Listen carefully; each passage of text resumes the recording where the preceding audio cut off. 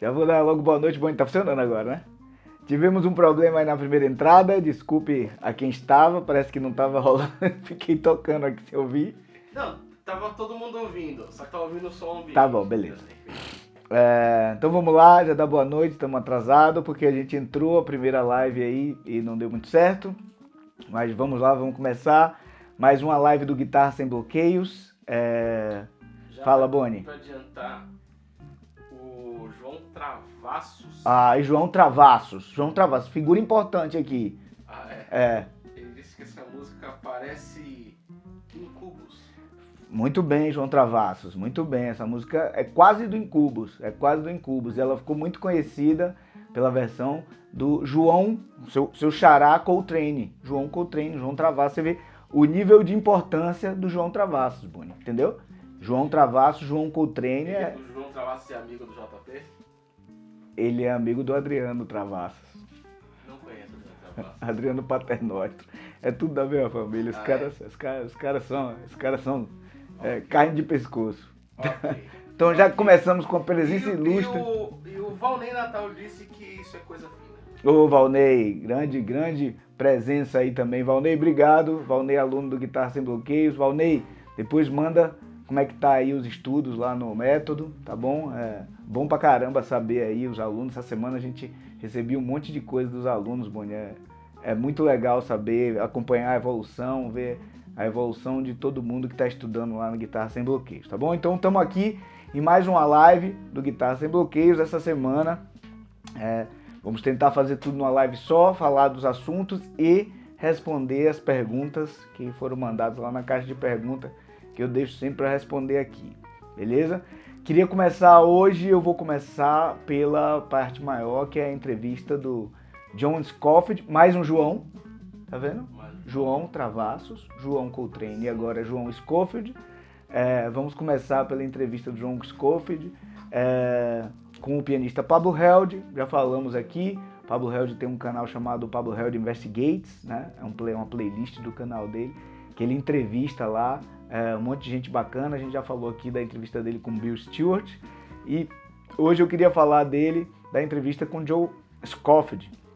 A entrevista é muito legal, eles já tocavam juntos, então como eu já falei aqui, o Pablo ele tem uma consciência histórica muito grande da turma que ele conversa, né? Uma turma da pesadíssima que ele sempre conversa por lá.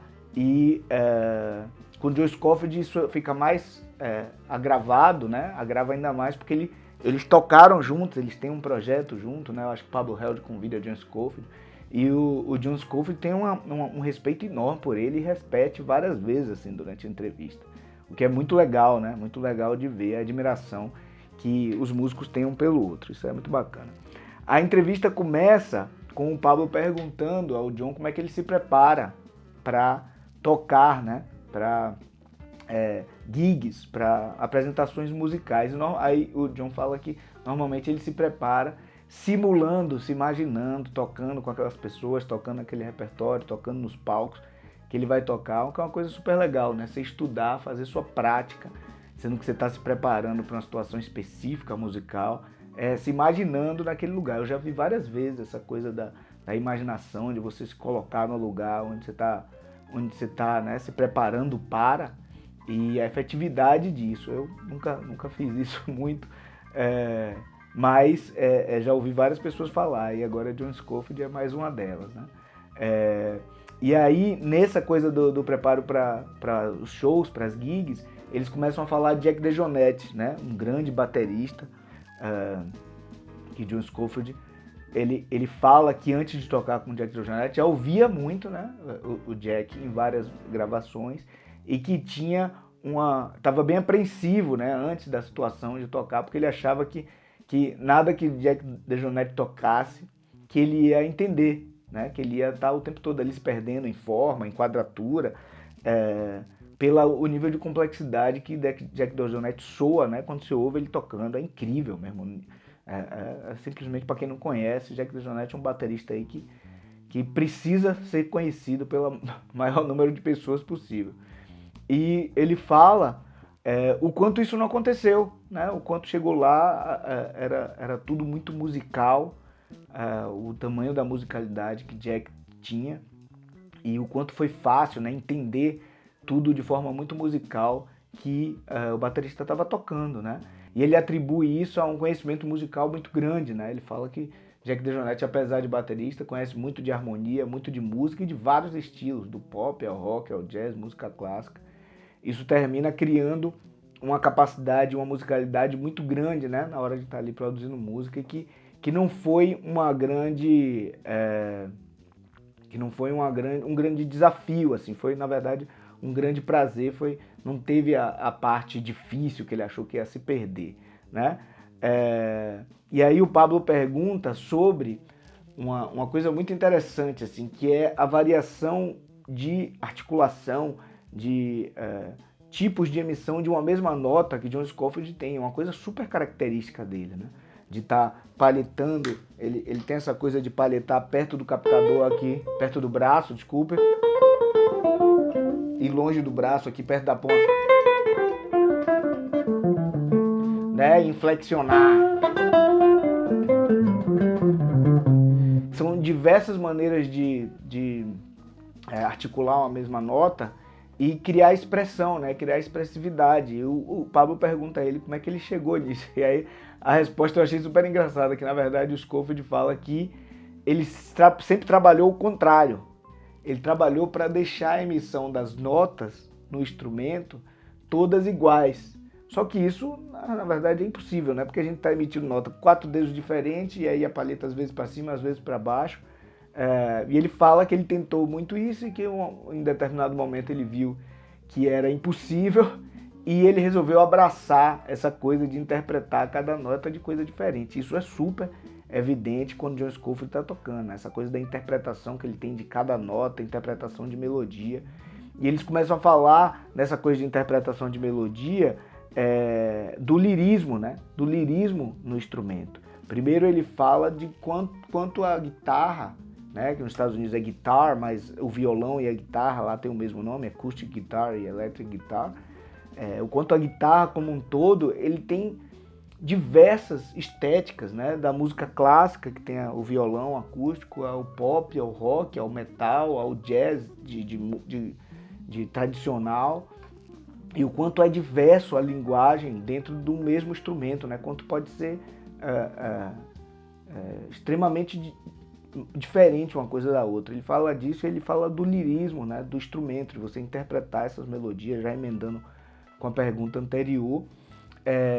E ele fala do lirismo de músicos como Bud Powell, mesmo tocando piano, Charlie Parker, obviamente, saxofone, Coltrane, e aí ele cita Frank Sinatra, cantores, né, o quanto ele se conectava na interpretação da melodia nesses cantores e músicos mais que tinham uma ligação com esse lirismo, com a interpretação da melodia mais proeminente, assim, que foi o que terminou influenciando ele. E aí o Pablo pergunta a ele em seguida sobre composição, como é o processo dele de composição, o que é também super legal, né? Porque às vezes você ouve umas respostas meio diversas, muito diversas, na verdade, de gente que compõe dormindo até gente que tem que se esforçar ao máximo para conseguir compor de alguma forma. Eu acho que todos esses aspectos são válidos. E o John Scofield, ele é muito objetivo de dizer, ó, eu pego um aspecto básico, seja um tempo, quero compor lento, quero compor rápido, quero compor uma coisa maior, quero compor uma coisa em tom menor. Ele escolhe um trecho básico, né, alguma segmentação básica e começa a improvisar. E acha alguma coisa ali a partir daquela improvisação, naquele limite que ele se permitiu, e a partir dali ele começa a trabalhar na composição, né? Essa coisa de ouvir as versões de cada um, de que forma lida com o mesmo material, com a mesma situação, eu acho super interessante, assim. Ainda mais quando é de músicos que são tão referência, assim, como o John Scofield, né? Que tem uma obra muito extensa e muito diversa, de discos e músicas e composições, e acompanhando o artista.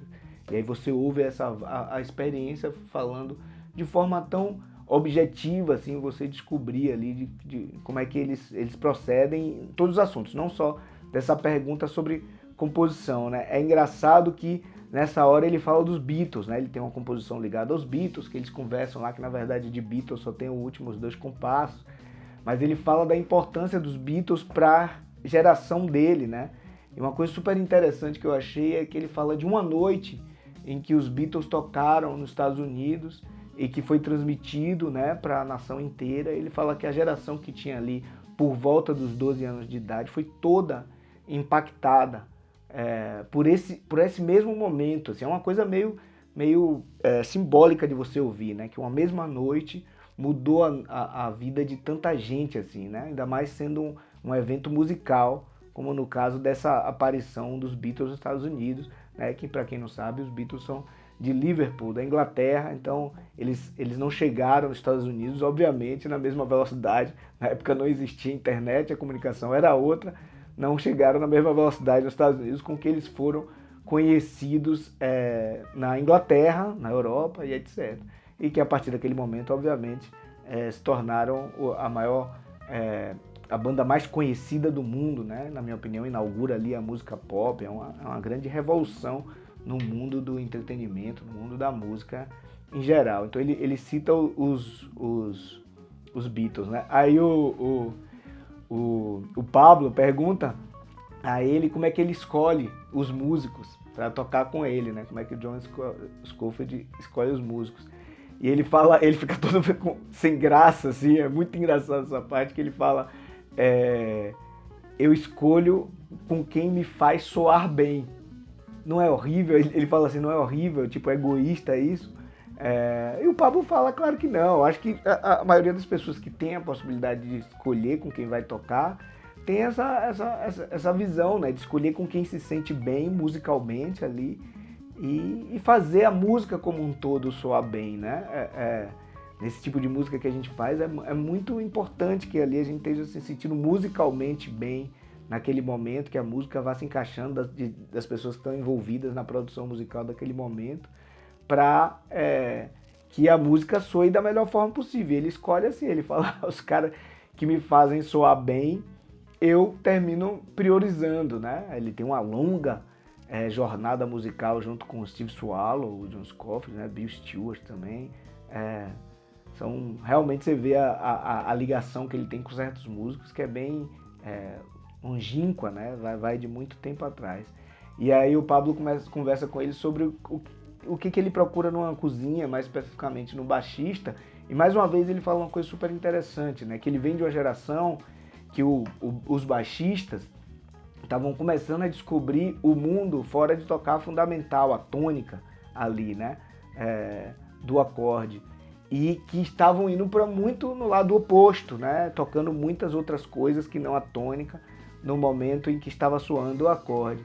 E ele procura exatamente o oposto, ele gosta de tocar com baixistas que têm uma relação mais próxima com tocar a tônica, tocar a fundamental, na hora que o acorde está soando ali, né? E como ele fala, existe toda uma geração de baixistas, toda uma estética de baixistas que termina não tocando até de forma mais aguda. Ele fala, eu gosto que ele toque as partes graves da música, né? Que toque os baixos da música. E existe a estética de muitos baixistas que não estão tão conectadas com isso, né? Não tem uma ligação tão grande com isso, mas os que ele prefere, normalmente, ele deixa bem claro que são os que têm essa ligação em tocar a parte grave, né? Da música. Eu queria fazer uma adenda. Fala uma adenda. Qual que é o critério que você usa para decidir com quem você vai tocar? É muito parecido, bicho. Assim, eu acho que tem uma coisa de, primeiro, com quem você se sente bem também, sabe? Sentir bem como ser humano. Eu tenho muito isso, assim, saber? Porque, bicho, uma vez eu toquei com 2 caras, uma vez não, já toquei várias vezes com ele, mas a primeira vez eu toquei com 2 caras de Nova York, chamados Jeff Segal e Rich Syracuse. São 2 músicos de Nova York que vinham pro Brasil, houve uma indicação, eu terminei nessa gig e o primeiro dia já era o início de uma tour, de 8 shows, se eu não me engano. E bicho, foi um momento super tenso pra mim, assim, pô, vou tocar com 2 caras de Nova York, sem saber o que vai tocar, ninguém tinha mandado nada. O primeiro show já foi no Souza Lima, no workshop deles. Isso foi até bom, porque não foi um show completo, deu tempo de a gente tocar uma música e eles falarem, pô, que bom que é você, sabe? Foi um momento bem simbólico. A primeira música que a gente tocou, deu tempo deles falarem, agradecerem, ó, estamos aqui com o músico que está pronto para fazer o que a gente vai fazer, a gente vai ter uma série de shows. E aí, nessa primeira turnê aqui em São Paulo, a gente fez vários shows e eles falaram uma coisa assim, eles falaram, bicho, o momento do palco é 1 hora, e a gente vai passar tipo 10 dias juntos aqui, né? O todo tem que ser tão importante quanto o do palco, né? A gente só tá aqui, eles usavam o que? I'm just here for the hang. Só estou aqui para me divertir, entendeu? Então se você naquela 1 hora tá tudo certo, musicalmente tá tudo acontecendo e depois é uma merda. Depois eu fiz mais 2 turnês com esses caras, uma em Nova York e outra aqui no Brasil. E a gente passou perrengue. Se você tá com 2 pessoas, né, que a gente se conhece pouco, né? Foi se conhecendo ao longo do tempo. Mas não é uma vivência extensa. E de repente você passa um perrengue desse e começa a ter tensão, é horrível, assim. É horrível. É difícil não passar pro som isso. Obviamente é possível. A gente sabe de pessoas que fazem música maravilhosa que mal que se falam, né? Mas esse primeiro critério é basicamente igualmente importante para mim, entendeu? Que a gente tenha uma boa convivência, que sejam pessoas legais de conviver e que a gente tenha uma identificação musical, né? Precisa falar a mesma linguagem musical. Pra mim é isso. Mas é isso, bicho, eu passei nessa turnê, a gente passou em Nova York. Uma vez a gente indo pra um show, a ponte foi interditada, tinha um cara esfaqueando pessoas, e aí nos Estados Unidos parou tudo nessa ponte. A gente chegou lá, o pianista que ia tocar com a gente fez um set todo sozinho no lugar, porque a gente não chegou a tempo, e isso nos Estados Unidos é super rigoroso, essa coisa dos horários, né? E outra vez a gente ia tocar em Araçatuba e tava tudo certo para um transporte vir buscar, teve problema no transporte, eu tive que ir dirigindo. Daqui para Araçatuba, não é perto, bicho. Eu não lembro quantas horas são, mas eu vou chutar acima de 6. A gente teve que ir e voltar, pelo menos lá foram 2 shows, né? A gente fez um bar e outro no teatro. Mas a gente teve que enfrentar, bicho. Não sei quantas horas dirigindo, sozinho, sem produtor, sabe? Obviamente chegou lá, tava tudo certo. Mas é isso. Se você tá com 2 pessoas, você tá com, sei lá, quantas for a pessoa que vai criar dificuldade em torno do processo, fica difícil. Então, onde eu tava... beleza, ele tava falando sobre os baixistas, né? O Scofield fala sobre os baixistas, que ele gosta de tocar, essa coisa de tocar fundamental, né? De tocar a parte grave da música, como ele chama. E aí eles começam a falar de miles, de pausa na música, né? De você tocar as pausas, tocar o que ouve, assim, né? E aí o John Scofield fala que nem sempre ele toca o que ele ouve, né? Mas ele sabe que, independente se ele vai tocar algo que ele está trabalhando, algo que ele realmente ouviu ali naquele momento, ele sabe que ele vai ouvir algo para reagir àquilo.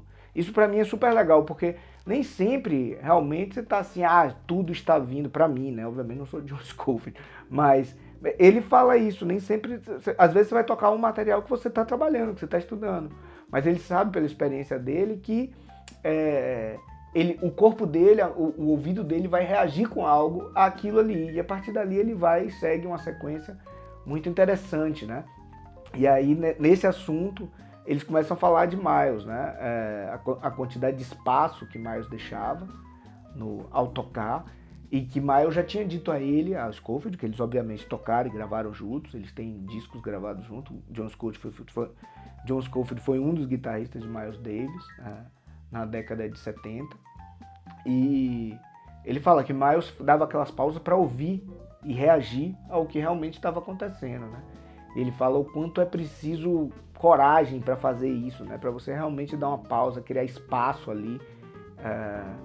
E Miles é muito simbólico nesse sentido, né? De você criar um lirismo, uma música incrível ali, com pausas e muitas vezes materiais simples. A gente vai falar aqui da frase dele em seguida, não é tão simples, mas o solo como um todo de Solote, que a gente vem estudando e analisando aqui já há algum tempo, ele é, de certa forma, comparado com outros que a gente já viu, tem uma certa simplicidade e uma beleza incrível, né? E aí também, né, em seguida, eles já começam a falar de Ornette Coleman, né? A importância de Ornette Coleman num período ali da vida do Scofield. E ele fala que estava todo mundo imitando Ornette Coleman em determinado período, inclusive Keith Jarrett, né? E que ele teve a oportunidade de sair um dia para jantar com Ornette Coleman e eles combinaram de ter um projeto juntos, gravar, sair em turnê, enfim, ter um projeto musical juntos. E esse projeto nunca aconteceu porque o Ornette morreu, né? É uma pena, porque ele fala lá a banda, eu não lembro exatamente quem era, mas o próprio Pablo fala assim, caramba, isso seria incrível de ouvir, né? Ornette Coleman com John Scofield realmente é algo que seria muito legal de ouvir. Para quem não conhece, o Ornette Coleman vale muito a pena, tanto no período free jazz como um pouco antes, uma figura importantíssima. E aí eles entram no assunto de passagem de som. O Pablo pergunta de passagem de som, como é que ele lida com passagem de som. E o John fala umas coisas muito interessantes, assim, que ele aprendeu com os mais velhos, Dr. John, Miles Davis, que a não ligar para essa coisa do som do lugar, como é que tá, né? Que você tá num palco, a não ligar para isso e se conectar somente com a música. E ele fala que ele já teve uma postura contrária a isso, que é reclamar, ficar de mau humor e aí criar situações no palco, e que ele viu que isso só trouxe coisas negativas à música que estava se produzindo, todas as vezes. E que Miles e Dr. John, que são dois caras mais velhos que ele tocava, sempre chegavam, não se importavam com isso, chegava tocando, se conectava com 10 com a música e isso nunca deu errado. Inclusive ele conta uma passagem de Dr. John falando de que uma situação que ele não acreditou, que deram um piano, um teclado para ele tocar, que ele falou, bicho, você vai tocar com isso? Ele falou, vou tocar com isso. Vamos nessa. O cara tocou com 10 e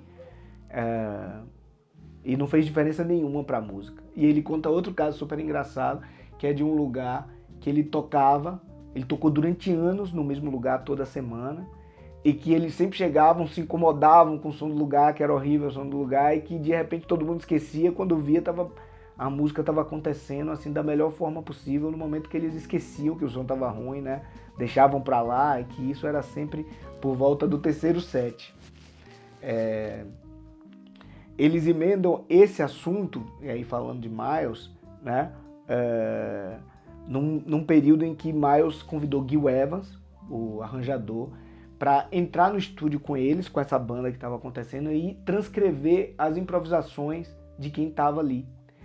E, obviamente, John Scofield era um deles, e ele falou que foi um negócio muito impactante para ele, assim, a importância daquilo, né? Porque Gil Evans transcrevia, primeiro tá na presença de Gil Evans, quem não sabe é um arranjador de Miles Davis, que trabalhou com Miles durante um bom período ali, entre a década de 50 e a década de 60, e nesse período ele volta a trabalhar, né, já na década de 70, 80, a convite de Miles para transcrever a banda e fazer arranjos e composições baseados nas transcrições do que a banda tocava, né? Isso é um negócio super sofisticado para a época, né? Ainda hoje né? Você pegar trechos da improvisação de outras pessoas, e Miles fala que é aquilo ali onde a verdadeira música estava acontecendo, né? De estar no momento ali, a verdadeira música estava acontecendo quando estava todo mundo livre, improvisando, se livrando de qualquer situação que não seja estar no momento produzindo música, né? E eles começam a conversar sobre uma coisa super interessante relacionada a isso, que é o quanto a gente muda ao estar sendo gravado ao tocar, né? Isso é uma coisa que, assim, para quem grava é super relevante, porque você muda completamente seu mindset, porque você tem uma autoconsciência muito grande ali do que está acontecendo. Você sabe que tudo que você está tocando vai ficar registrado e você está ali julgando o tempo todo, você se auto-julgando, né, o que você está tocando, sabendo que aquilo está sendo registrado. E que é importante você conseguir criar um equilíbrio ali, né? Criar um equilíbrio de não estar o tempo todo se punindo, se julgando por tudo que você está tocando e deixar a música fluir. E aí ele fala uma frase super interessante, que é: saia da frente e deixa a música acontecer, né? Tire seu ego da frente, aí já é uma interpretação minha, tire seu ego da frente, saia do caminho para que a música vá acontecer. Se você está ali muito consciente de tudo que está acontecendo e julgando tudo muito, a música termina não tendo espaço de tomar conta do que você está tocando. E aí eles entram num assunto interessantíssimo, que é o quanto eles consideram que Bach e Beethoven eram improvisadores, né? E que a gente não tem registro disso. Existe, né, registro histórico de pessoas falando, né? Na história, nos livros tem isso documentado, que eles conseguiam criar sonatas e partitas ali no momento. Mas obviamente a gente não tem isso registrado, não existia indústria fonográfica, não existia disco na época, né?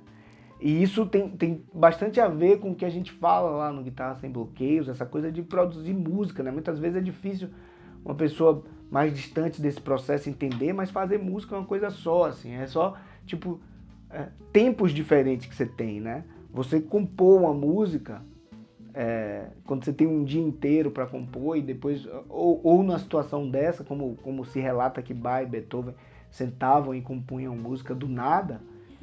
Você tem registro de show solo do Keith Jarrett, dele do nada, tocando uma nota ali, compondo as coisas mais lindas do mundo, né? E a mesma coisa em relação ao arranjo. Você vai tocar uma sonata, uma partita, ou até uma coisa que você já tenha certos limites ali, né? Certas limitações. Você criar um arranjo de algo, você tem um dia todo, você tem 1 hora, 2 horas ali para criar um arranjo de uma sequência de acordes, de uma forma. Quando você vai improvisar nesse tipo de música que a gente faz, você tem ali o tempo que a música tem. Você está ali criando o arranjo, fazendo o que você estaria fazendo na caneta, ou com um dia todo no instrumento, criando um arranjo, você está ali fazendo naquele período que você tem. Você vai ter ali 1 minuto, 2 minutos, faça o seu arranjo ali, cria a coisa. Então o processo de fazer música ele é o mesmo. O que a gente trabalha bastante é de ter uma consciência musical grande de como fazer ela, seja no tempo que você quiser. Se você não quer ser um improvisador, mas que você tenha essa consciência, né, que existe um processo de fazer música e que às vezes ele pode durar um dia, quando você precisa fazer um arranjo daquela sequência de acordes, embelezar aquela melodia, ou ele pode durar 1 minuto, que é o tempo que vão te dar para você fazer um solo naquela mesma sequência de acordes, ou remelodizar, né, criar uma nova melodia ali em cima da sequência de acordes. Então eles falam de Bach e Beethoven, né, como supostos grandes improvisadores, e aí continuam falando sobre o quanto a gravação muda a sua forma de tocar, né? E o Pablo pergunta logo em seguida uma coisa super interessante, que o quanto tocar com John Scofield mudou para ele, que ele fala que ele fazia um set list, ele é alemão, né? E ele fazia um set list baseado em um tipo de ambientação, de clima só, né? Se ele vai tocar músicas mais complexas, que ele fazia um set list de músicas mais complexas, ou se ele ia tocar músicas menos densas, ele fazia um set list desse tipo de música. E ele aprendeu com o Scofield a variar. Eu também tenho uma preferência muito grande a variar, assim, né? A você criar outro clima completamente diferente, trocar de tonalidade, trocar de andamento, trocar de clima de uma música para o outro. E ele aprendeu isso com o Scofield. E ele falou que, assim, que às vezes não acreditava no palco, ele tinha acabado de tocar uma coisa super densa, difícil, e aí John Scofield falava: bicho, vamos tocar um blues. Ele falava assim: como um blues tem nada a ver? E assim, é justamente por isso, né, para criar essa variação, pelo menos para mim. E John Scofield fala para ele: eu só queria tocar uma coisa fácil, uma coisa menos complicada, né? Super legal essa parte. E eles encerram a entrevista falando de um projeto solo que John Scofield tinha na época da entrevista, para tocar solo, fazer alguns concertos solo, e o quanto ele estava se preparando, né? E aí o John Scofield fala que não houve muito guitarristas tocando solo, como o Bill Frisell, porque ele tem medo de gostar tanto, saber que é tão que ele sabe que é tão lindo, gostar tanto e imitar tudo. Mas ele, obviamente, já ouviu, ele fala lá Joe Pass, Pat Metheny, tocar Halftown, né, tocando solo, e que ele estava preparando, mas que na guitarra tem uma questão complexa em relação à indiferença ao piano, que no piano você pode tocar os acordes, né, com a mão esquerda e tocar o que você quiser aqui com a mão direita, né, mas você mantém os acordes soando. E na guitarra a gente não tem, né? Eles conversam muito sobre isso, sobre você conseguir criar essa vibração dos acordes enquanto você não é capaz de tocar eles. E aí o Pablo fala eu gosto muito de quando você toca solo em umas partes dos shows que a gente já fez. Aí o Scofield fala assim, você gosta porque você não tem que tocar, né? Você tá ali parado, não tem que tocar, sou eu que tô tocando. É super engraçado isso. E é isso, aí eles terminam essa entrevista super legal. John Scofield são 1 hora. Se tem uma coisa que foi boa nessa pandemia, assim, é que todo mundo teve tempo de fazer essas coisas. Então você tem, né? A gente está aproveitando para fazer as resenhas. Você tem muitas ocasiões desses encontros via Zoom registrados e que estão aí na internet. A gente vai fazer vários por aqui. Hoje eu vi o do Ron Carter com o Open Studio. Incrível, assim, os relatos do Ron Carter falando da época do Quinteto do Miles, tocar com o Herbie Hancock no início, Tony Williams, e assim, a força que aquela cozinha tem ali é incrível. Então esse foi um dos aspectos positivos dessa pandemia, foi ter disponibilizado essas conversas, e tem muitas, né? Tem muitas, para quem gosta é só procurar aí. A gente vai continuar trazendo aqui o resumo e em português, obviamente que nem todo mundo entende ali, ou eles conversando em inglês, muitas vezes mais solto do que o normal, né? Então é isso. Então esse foi grande, sabia que ia ser grande, porque a entrevista é enorme. Mas eu vou entrar então na parte de harmonia aqui das postagens da semana. Tá, tem pergunta? Fala. Vou entrar na parte de harmonia da conversa da semana, porque a gente teve 2 vídeos relacionados à harmonia, né? O primeiro foi sobre o estudo das inversões. A gente já tinha lançado na semana passada o estudo das inversões por grupo de cordas, que é você, escolher um formato de um acorde e fazer, né, uma tétrade. No caso a gente está falando da tétrade de Dó maior com sétima maior, a tétrade de maior com sétima maior, e através de um grupo de cordas, né, fazer a harmonia, as inversões, né?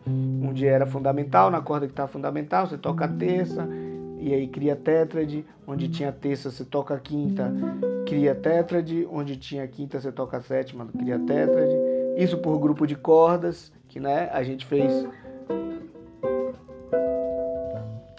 por grupos de cordas. A segunda proposta que eu fiz agora nesse vídeo foi você conseguir enxergar isso por região. Então você pegar o mesmo acorde, né? No caso Dó maior com sétima maior, e ver aqui, ó, nessa região você tem aqui fundamental, terça, quinta, a sétima tá aqui e outra quinta aqui. Então quais são as inversões que você forma a partir dessas notas que estão nessa região? Então você achar aqui, ó, essa inversão, a segunda, né? Essa aqui, terceira inversão, com baixo na sétima, posição fundamental, baixo na terça, nota mais grave na terça, né? Você fazer aqui, ó, por região, em volta desse. Mesma coisa aqui, ó. Mesma coisa nesse acorde, que é o mesmo voice tocado nas 4 cordas de cima. Então, aqui é fundamental, aqui é a sétima, aqui é a terça, aqui é a quinta, sétima novamente, fundamental novamente. Então, o que eu vou fazer aqui, ó? Tocar nessa fundamental esse voicing, terceira inversão, primeira inversão, segunda inversão, terceira inversão, vai para esse aqui. Opa, desculpe.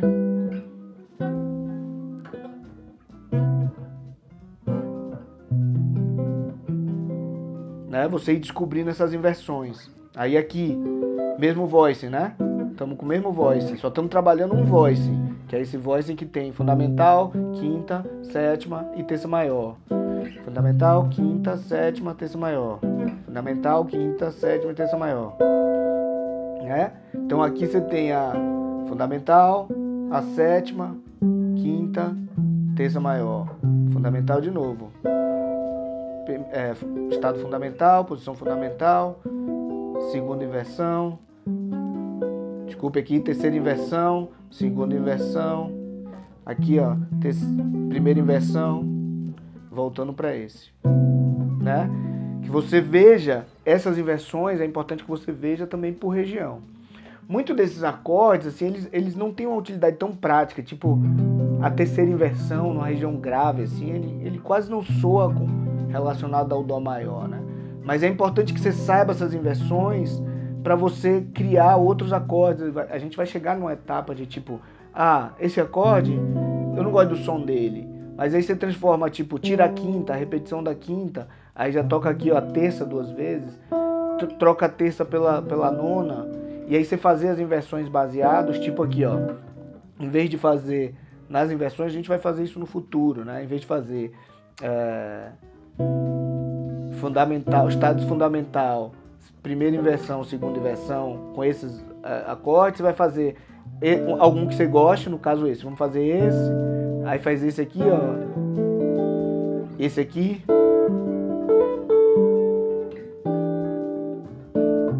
Esse eu gosto. Né? Você vai escolhendo os seus acordes nessa região, assim. É super interessante isso. Tipo esse aqui, né? Você pode não gostar desse aqui, mas esse aqui é legal. Né? O baixo na terça. Aqui aquele que eu toquei baixo na quinta. Aqui também, ó, baixo na terça. Acorde super tocado. Bem conectado a Minas Gerais, falam esse acorde, né? Essa inversão aqui, ó, essa segunda inversão, você pode tocar ela assim. Obviamente não tô tocando as mesmas notas, né? Mas eu tô aqui, ó, tocando um acorde que eu gosto mais de ouvir do que esse. E ele tem a nota mais grave na quinta também, né? Então, ir fazendo isso. Esse aqui, ó, aqui ele não é muito útil. Eu não gosto muito desse som aqui. Mas aqui, ó, você pode colocar nona, nota mais grave na sétima, ou tocar só quartal. Tocar a nona e a 13ª, pensando em dó, né? Aqui ele com a nota mais grave na fundamental, com a nota mais grave na sétima, né? Você vai estar ouvindo isso aqui. Então é super interessante essa parte harmônica de você entender as inversões numa mesma região, não só por grupo de cordas, né? Como é o mais normal. Você entender também por região, conseguir visualizar esse material por mapear o braço por região, né? E obviamente você conseguir tocar, como a gente falou no primeiro vídeo, que é tocar um mesmo acorde, né? Saber que essa inversão aqui é o mesmo voicing que esse aqui, só que tocado em um lugar diferente, que é o mesmo voice que esse aqui, tocado em um lugar diferente, mesma coisa aqui, ó. Segunda inversão tocada aqui, segunda inversão tocada aqui, segunda inversão tocada aqui. É o mesmo voice em lugares do braço diferente, grupo de cordas diferentes, às vezes em oitava diferente. Como aqui está em oitava, aqui está em outra oitava. Mas é a mesma inversão, né? Que a gente tem um Sol, um Dó, um Mi e um Si, a gente tem um Sol, um Dó, um Mi e um Si. Então é isso, essa parte de estudo de inversões a gente fez aqui do Dó maior com sétima maior, os acordes maiores, obviamente fazer em todos os tons, né? Fez em Dó, aí vai fazer em Fá, né? Fá, aí você já enxerga aqui, ó. Como você já fez aqui, ó, já sabe que a primeira inversão tá aqui, na hora que você fizer o Fá,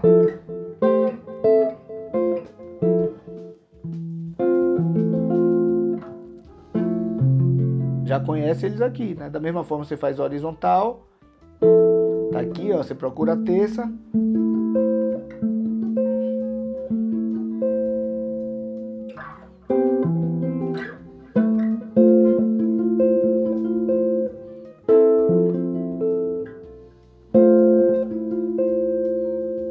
do Fá, você fazer em todas as tonalidades, né?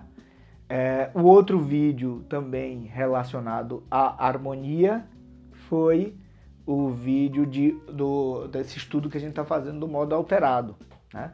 A gente está estudando bastante o modo alterado e o vídeo dessa semana, do estudo do modo alterado, foi formação de acordes. O que é?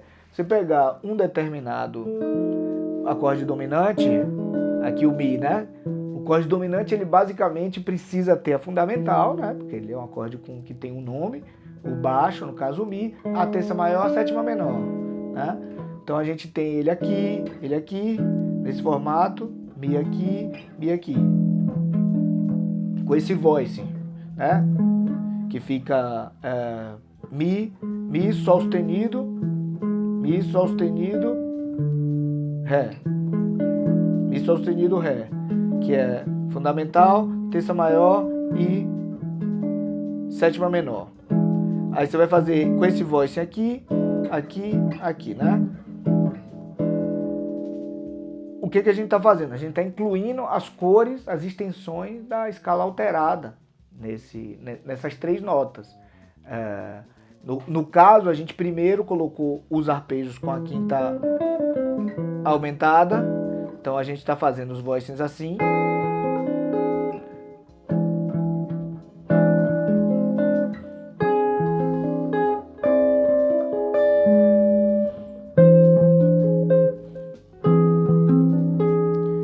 Os voicings todos com a quinta aumentada e a gente está acrescentando as 3 outras notas que a escala alterada oferece. Aí criando acordes. Quais são as notas que a escala alterada oferece? A nona bemol, a nona aumentada e a quinta diminuta. Fala, Boni, o que está rindo aí? Eu não sei se a pergunta é séria ou não. Vale. Mas Carlinhos Noronha perguntou se você já estudou o Up Structure do Hans Groener. Do Hans Groener, não. Eu estudei Upper Structures, a gente tá falando justamente disso. Estranho Noronha fazer pergunta séria? Pois é. Será que é ele mesmo? Tá no nome Será que dele? foi hackeado? Tá no nome dele? Tá. Eu acho que foi hackeado. Do Noronha. Porque Noronha fazendo pergunta séria, mas vou responder. A gente tá vendo justamente isso agora, Nortenha. Porque tô falando de você criar as upper structures, né? As upper structures são as notas de cima, que dizem que Maio chamava de butter notes, que são as 3 notas que normalmente não estão numa tétrade que é oferecida. No caso, aqui a gente está falando da nona bemol, a nona aumentada e a quarta aumentada, ou quinta diminuta, né? Que é a mesma nota. Porque o arpejo dominante com a quinta aumentada já tem a fundamental, terça maior, quinta aumentada e sétima menor. Na escala alterada a gente ainda vai ter as 2 nonas e a quarta aumentada ou quinta diminuta. Fica com esse som, né? Esse som do acorde fica com esse som da escala.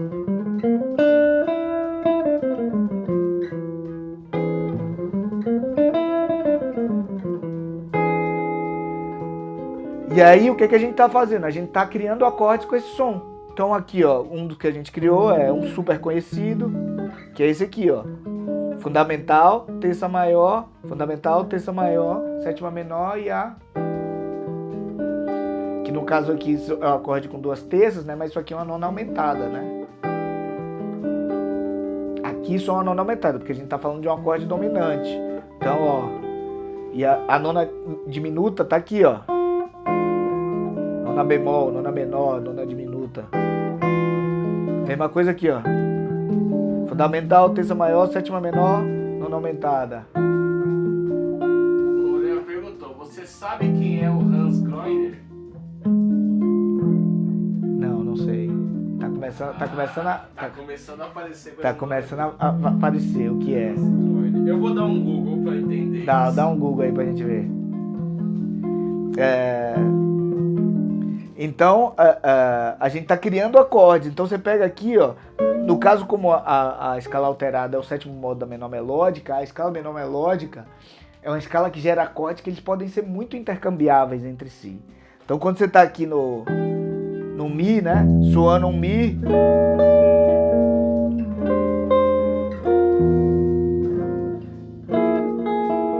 tocando voices da escala menor melódica, né?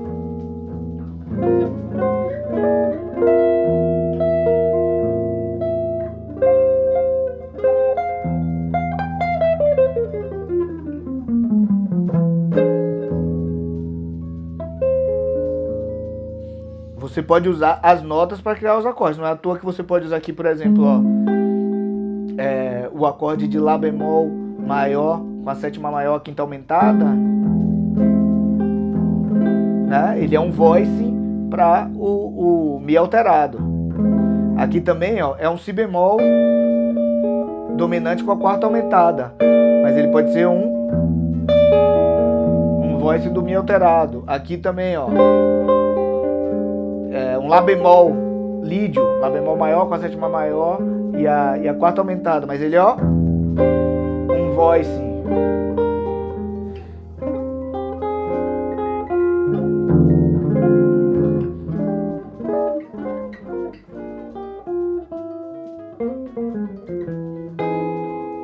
Então é você usar justamente o assunto que o Noronha puxou aí, os upper structures, para somar as notas da tétrade, para criar voices.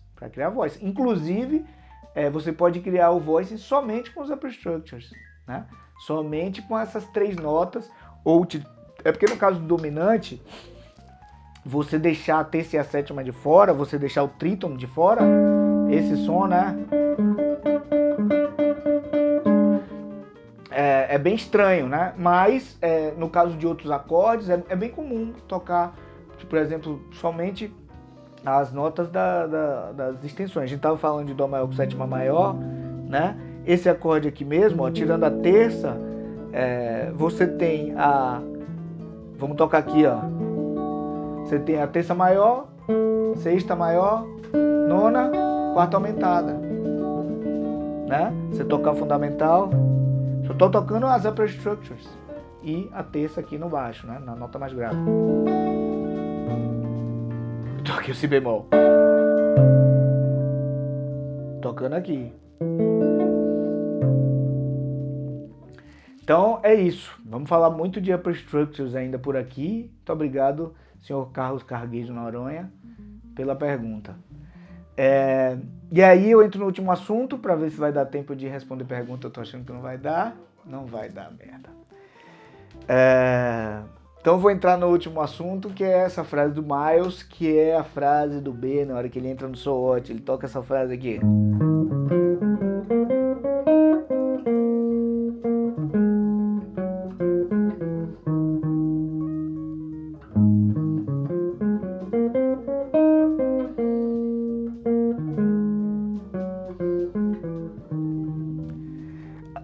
Eu acho que eu queria falar tanto dessa frase aqui, vou colocar na frente das perguntas, porque ele toca uma nona bemol no acorde. Ele toca essa nota aqui, ó. Toca... Né?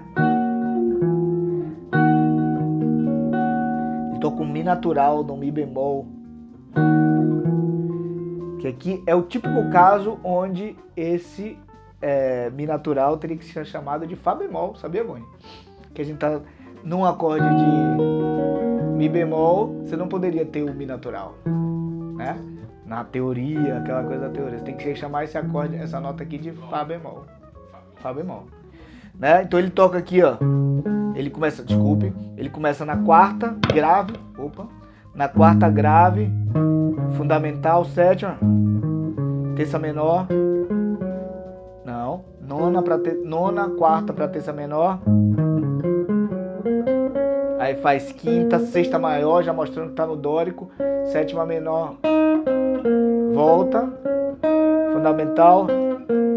Aí. E ele fica, né? Não é uma coisa passagem. Ele vai.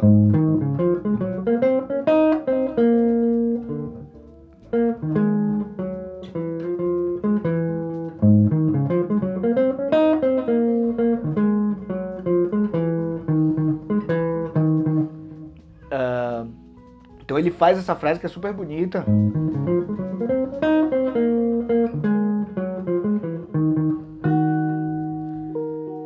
Tocando uma nona bemol ali no acorde menor, tá? Então, como a gente sempre faz, eu falei lá da sequência de notas, né? De como eu faço essa interpretação, essa análise da frase. Começa na quarta justa, né? Mais grave, fundamental, sétima menor, né? Esse enclosure tonal aqui, esse enclosure, como é que chama? Não é tonal não que eu queria chamar, tem um outro nome. Para terça menor, aí toca grau conjunto, né? Quinta, sexta maior, sétima menor, fundamental, volta, sexta maior para quinta, fica na quinta, quinta fundamental, quarta,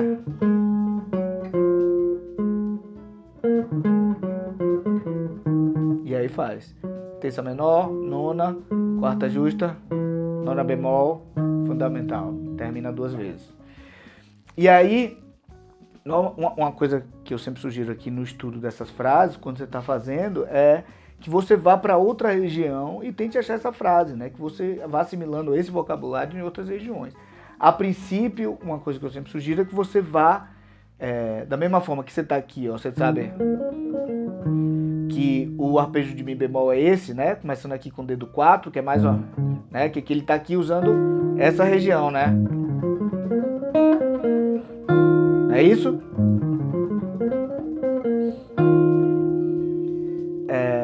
Que a gente tá tocando aqui o arpejo de Mi bemol com o dedo 4. Vamos ver aqui, ó, com esse arpejo de Mi bemol no dedo 4. Só que aqui não tem a quarta grave, nessa região não tem a quarta grave. Então tem que buscar aqui. Vou buscar aqui, porque eu começo com o mesmo dedo, porque a digitação fica muito parecida aqui, ó.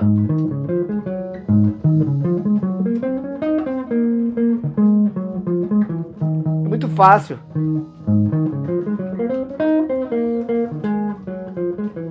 Deixe seu ouvido achar. Quase a mesma coisa, bicho. Foi muito fácil essa, tô até impressionado. Aí, ó, aqui, ó, com esse Lá bemol, tá começando Lá bemol aqui, ó.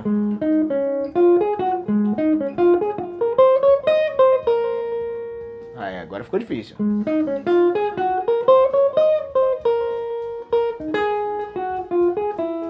Nona bemol.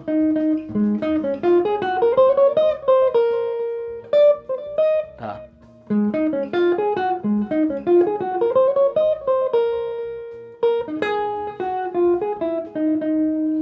Então, ó, já tem três, você já sabe 3 digitações, ó.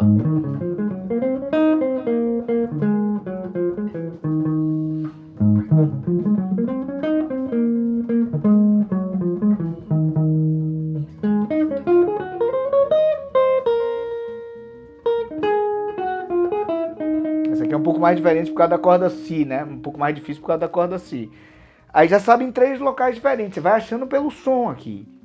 Como é que fica mais difícil? Quando você inverte, né, a digitação. Você está aqui com digitações que, no caso, a digitação está do dedo que você está marcando para trás, da fundamental para trás, né? Aqui o Mi bemol, aqui o Mi bemol e aqui o Mi bemol, né? A gente estava usando esse como referência. Quando você vai usar esse Mi bemol,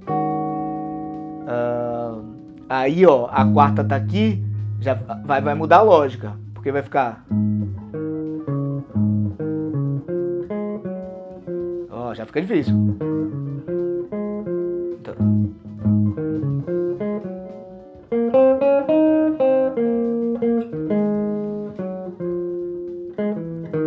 Isso aí.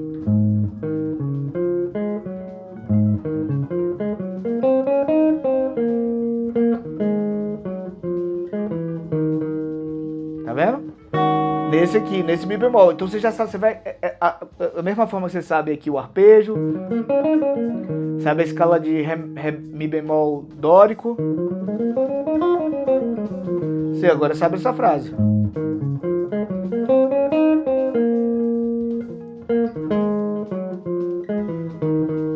Sabe aqui o arpejo, a escala e sabe a frase.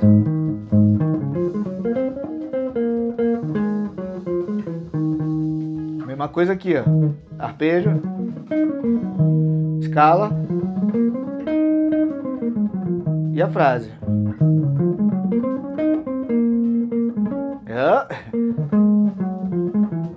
Que é muito fácil ouvir. Aqui, essa região, ó. Sabe o arpejo? Sabe a escala? E a frase?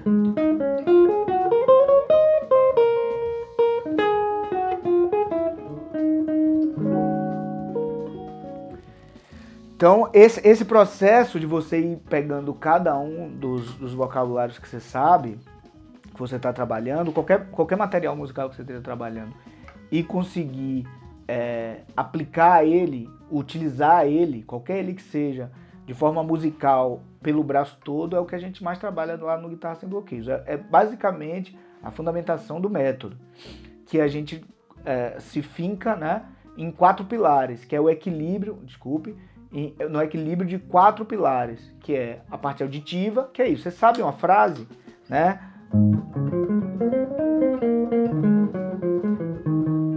Tenta colocar ela, descobrir ela, outras formas de tocar pelo braço, né? Como eu estava descobrindo aqui, como eu falei, umas vezes é fácil, porque termina ficando a digitação muito parecida. E às vezes é difícil, como é aqui, ó. Já esqueci.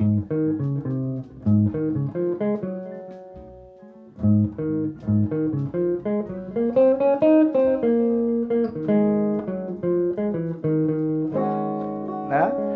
Você vai ouvindo as frases. Então lá no Guitarra Sem Bloqueios a gente faz isso, que é colocar o material que você está trabalhando, qualquer ele que seja, a gente faz o equilíbrio da parte auditiva, da parte mecânica, obviamente de conseguir tocar. Eu tô tocando as frases em algumas regiões aqui, eu tô tocando de forma horrível, né? Depois, se for algo que realmente eu queira estudar, eu vou colocar isso em prática, que eu tô descobrindo auditivamente. Deixa para fazer isso aqui para mostrar como é que eu faço, né? Descobrindo auditivamente, achando, depois eu vou ser capaz de tocar mecanicamente, para conseguir visualizar esse mesmo material no braço todo e entender de que forma teórica esse material funciona. Para mim é válido, porque eu sei que começou na quarta justa, na quarta justa, uma oitava abaixo da fundamental, depois vai para fundamental, sétima. Essas coisas vão somando a sonoridade, eu vou ouvindo isso, né? Qual o som da sétima, qual o som da terça, o que é que tá passando, é grau conjunto. Você fecha o olho e vai ouvindo. Tem coisas que só dá para tocar de olho fechado, porque se você olhar... Mas assim, essa busca pelo equilíbrio é o que faz com que você vá cada vez conseguindo não se frustrar, indo um passo à frente e evitar com que você chegue a algum lugar e não saiba para onde ir. Porque a música, ela tem um tamanho, uma infinitude de trabalho, uma infinidade de material que você não vai resolver em 10 vidas.